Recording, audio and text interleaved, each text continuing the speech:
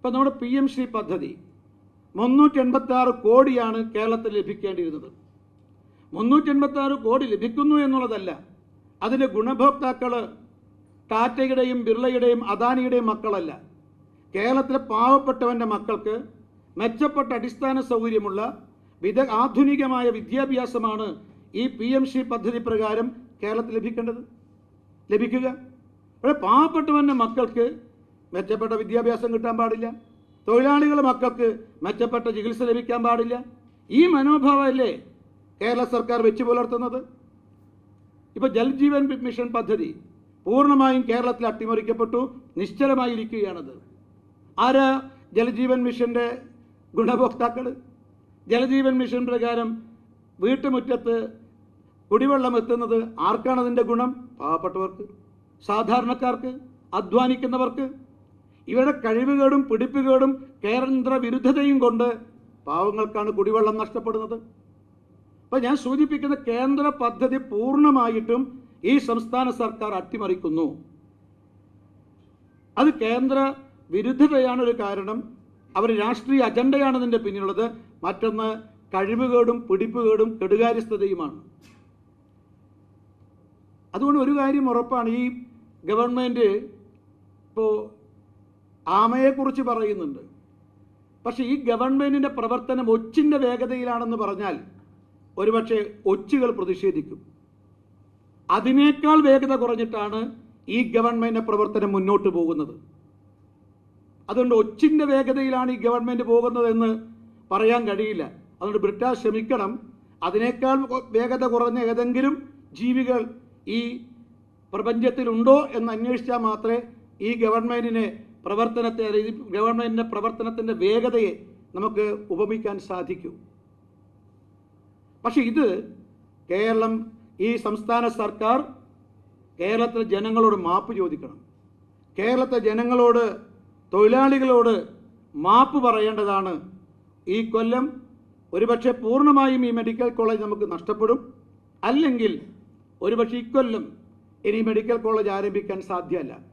അതുകൊണ്ട് 50 വിദ്യാർത്ഥികൾക്ക് വൈദ്യപഠനം നിഷേധിക്കപ്പെടും. അതിൽ 20 വിദ്യാർത്ഥികൾ തൊഴിലാളികളുടെ മക്കളാണ്. അവർക്ക് വൈദ്യപഠനം, MBBS പഠനം ഈ ഗവൺമെൻറ്റിൻ്റെ നിരുത്തരവാദപരമായ നിലപാടിലൂടെ നഷ്ടപ്പെടാൻ വേണ്ടി പോകുന്നു. അതുകൊണ്ട് ഞാൻ സൂചിപ്പിച്ചത്, തൊഴിലാളികളോടും കേരളീയരോടും സംസ്ഥാന സർക്കാർ മാപ്പ് ചോദിക്കണം എന്ന് പറയുകയാണ്.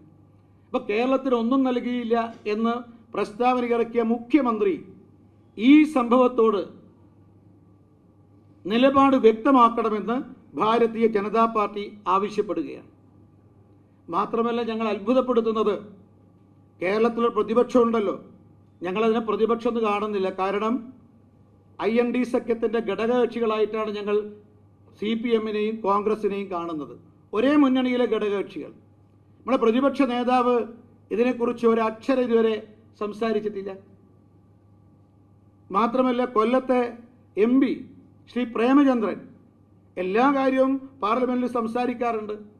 പക്ഷെ നോക്കൂ, തൻ്റെ സ്വന്തം നിയോജക മണ്ഡലത്തിൽ കേന്ദ്ര ഗവൺമെൻറ് അനുവദിച്ച ഒരു മെഡിക്കൽ കോളേജ് സംസ്ഥാന സർക്കാരിൻ്റെ പിടിപ്പുകോടുകൊണ്ട് നഷ്ടപ്പെട്ടിട്ടും പാർലമെൻറ്റിൽ ശബ്ദിച്ചില്ല. പാർലമെൻറ്റിൽ ഇന്നും അദ്ദേഹം പറഞ്ഞിട്ടുള്ളത്, ഇന്നലെ പറഞ്ഞിരുന്നതും എന്താ, കേന്ദ്രം കേരളത്തെ അവഗണിക്കുന്നു എന്ന്.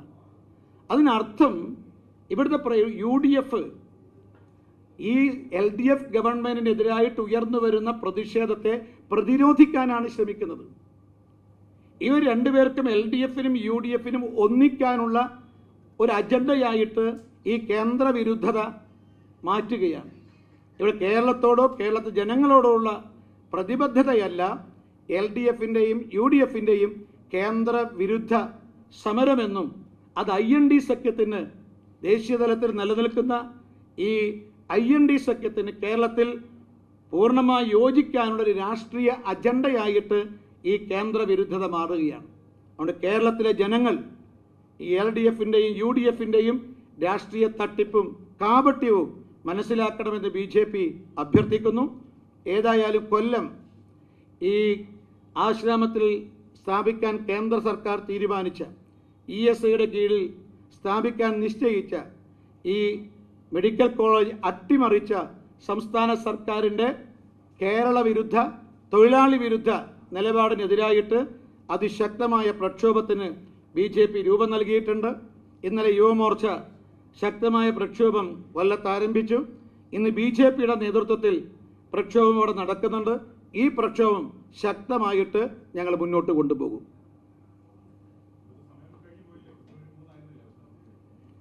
അതെ, ഞങ്ങൾ സമരം ചെയ്യുന്ന സംസ്ഥാന സർക്കാരിനെ ജനമധ്യത്തിൽ തുറന്നു കാണിക്കാനാണ്.